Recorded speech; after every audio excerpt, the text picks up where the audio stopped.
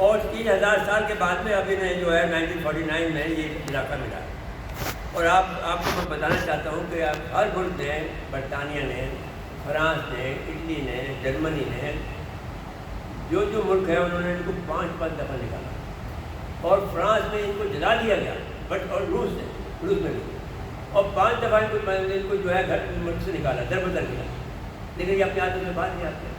پھر جو واقعہ ہو گیا وہ جو ہوا جس کی وجہ سے یہ لوگ اب بہت مضبوط ہیں، وہ ہو گیا آپ کا جرمنی والا واقعہ، جو کیمپ تھا جس کے اندر مارا گیا اس میں ستمبر میں۔ جی، تو اس کی وجہ سے یہ جو برطانیہ کے جو ہے وہ بڑے محبوب بن گئے، اور اس میں برطانیہ کے پاس پیسے نہیں تھے، انہوں نے یہودیوں نے ان کو پیسے دیے۔ اب بھی جو حال امریکہ کا ہے وہ بھی یہی ہے کہ امریکہ نے امریکہ کو پیسے دیتا۔ امریکہ 39 ٹریلین ڈالر کا مقروض ہے، 39 لاکھ 120 بلین ہے، ان کے 39 ٹریلین ڈالر کا مقروض ہے، اور ہر سال 1 ٹریلین ڈالر بڑھ جاتا ہے اس کی، اور وہ لیتے ہیں یہودیوں سے۔ اب وہ ٹرمپ صاحب جو ہیں وہ جتنے بھی چاہیں بدلتے رہتے ہیں روز، لیکن یہ ہے کہ وہ کبھی ہمارا پریشر آتا ہے، کبھی عربوں کا پریشر آتا ہے، کبھی اسرائیلیوں کا پریشر آتا ہے، وہ چپ ہے، لیکن میں جانتا ہوں کہ وہ اندر سے وہ ان سے پریشر سے آزاد ہونا چاہتا ہے،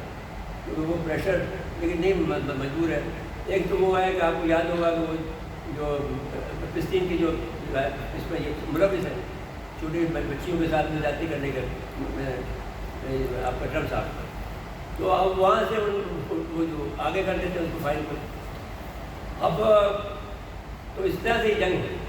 اب اس وقت دھوکہ دیا اس نے ظاہر کے صاحب کہ اگر عارف اللہ خامنہئی صاحب جو ہے علی خامنہئی صاحب اگر وہ شہید کر دیے جائیں یا مار دیے جائیں تو پھر ہم یہ ختم ہو جائے گا عراق، تو اور مضبوط ہو گیا۔ جو مجھے یاد ہے کہ جب میں 2019 میں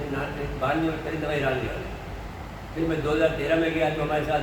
سارے بڑے بڑے ایڈیٹر تھے لاہور سے، پنڈی سے، اب یہ بھی تھا آپ کا جو خبریں اخبار کا ایڈیٹر عبدالقدوس، یہ بھی ہمارے ساتھ تھا، اور وہ جو نئی بات کے ایڈیٹر انتقال کر گئے، بہت بڑے اچھے آدمی تھے، نئی بات کے ایڈیٹر تھے نا، کیا نام تھا وہ انتقال کر گئے، لیکن وہ بھی تھے، اور یہ بھی تھا جو کیپٹن کرتے ہیں ہمارا جو یہ جو ہر رشید بھی تھے، تو میں ان کا لیڈر تھا اس ڈیلیگیشن کا، اور 4 بچے جو تھے وہ جونیئر تھے، سینئر ہم لوگ 4 تھے، تو وہ انہوں نے کہا تھا ہمارا لیڈر آپ ہو، تو میں بن گیا ان کا لیڈر۔ تو وہاں پر جو باتیں ہوئیں، وہاں پر بھی جو بات ہوئی وہ یہی ہوئی کہ بھائی آپ کو جو ایران کا معاملہ ہے اس کو سنبھالنے کے لیے اسرائیل جو ہے آپ کو جو ہے، ایک تو یہ ہوگا کہ ایرانیوں نے اسرائیل نے 1983 میں ایک منصوبہ بنایا گیٹ ریسٹائن کا،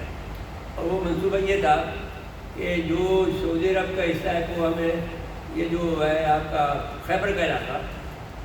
وہ کتابوں میں چھپی ہوئی ہے، وہ آپ بھی اگر ڈالیں گے اینون پلان ڈالیں گے ابھی اس پہ گوگل پہ، کنر پیٹر راف پلان یا اینون پلان جو ہے، اینون ایک ڈپلومیٹ تھا اسرائیل کا، اس نے یہ منصوبہ دیا تھا، پھر اس کے کلر جو بنا وہ کنر پیٹر راف نے بنا، اس نے پھر نقشہ بنا دیا کہ ہمیں بھی ہمارا بلوچستان بھی کاٹ دیا، ہمارا سرحد بھی کاٹ دیا، وہ افغانستان کو دے دیا۔ ایران کے ٹکڑے یہ کیے کہ ایران کو کا جو آواز کا علاقہ ہے وہ عربوں کا علاقہ ہے، وہ اس کو دے دیا عراق کو، جو علاقہ کردوں کا علاقہ ہے وہ کردوں کو جو ہے 5 ملک کو توڑا، ایک شام کو، ایک ترکی کو، ایک عراق کو، ایک ایران کو، ایک آذربائیجان، یہ کرد علاقہ، یہ چھوٹی سی بیلٹ ہے۔ وہی یوں تھا کہ جب یہ بھائی نے ہمارے ذکر کیا صلاح الدین ایوبی صاحب کا، اس وقت جو ہے اس کی عیسائیوں کی حکومت یہ کہ وہ بہت ظلم ڈھاتے تھے، تو صلاح الدین ایوبی صاحب نے یہودیوں کو بچایا۔ تو اب بھی کردوں کے بڑے حامی وہ چاہتے ہیں کردوں کا ایک الگ سے ملک بن جائے، اور اس طرح ہندوستان کی ہو جائے ان کو، اور کردوں کا ملک ہو جائے، ہمارا احسان بھی کر جائے کہ صلاح الدین ایوبی نے ہمیں مدد کی تھی۔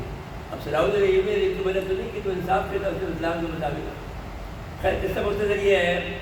کہ ان کا منصوبہ ہے کہ یہ پاکستان کو، ایران کو، اگر ایران ابھی ہار جاتا ہے تو آپ اس کی جو اسرائیل کی جو سرحدیں آپ سمجھ جائیں گے، یا کوئی اور بھی آ جاتا ہے جو کہ بجائے مولویوں کے کوئی اور آ جاتا ہے تو پھر بھی ہمیں نقصان بہت ہو جائے گا۔ تو بس میں آخر کر دوں بات ہے، تو میری گزارش یہ ہے کہ جو منظرنامہ بن رہا ہے وہ یہی بن رہا ہے کہ وہ چاہتا یہ ہے کہ وہ گریٹ ریسائٹ بنائے۔ ایک اور منصوبہ میں بتا دیتا ہوں آپ کو جو ابھی تک لوگوں کی نظر میں نہیں آیا۔